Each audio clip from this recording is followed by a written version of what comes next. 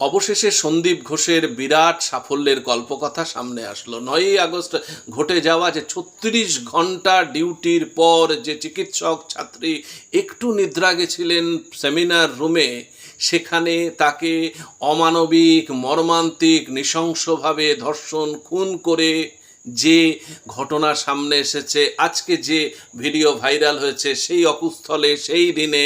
যে বিপুল মানুষের সমাগম, তা থেকে স্পষ্ট যে যত প্রমাণ সেখানে, ফুটপ্রিন্ট বলুন, ফিঙ্গারপ্রিন্ট বলুন, বা যে সংশ্লিষ্ট প্রমাণ, সেটা লোপ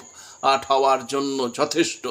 এবং একই সাথে পার্শ্বস্থ দেওয়াল ভেঙে ফেলা বা বেসিন, যে বেসিন অনেক প্রমাণ দিতে পারত, সেই বেসিন, অর্থাৎ এ থেকে প্রমাণ যে সন্দীপ ঘোষ কি সাফল্যের সাথে সমস্ত কিছু লোপাট করে দিয়েছেন, কি তার প্রভাব,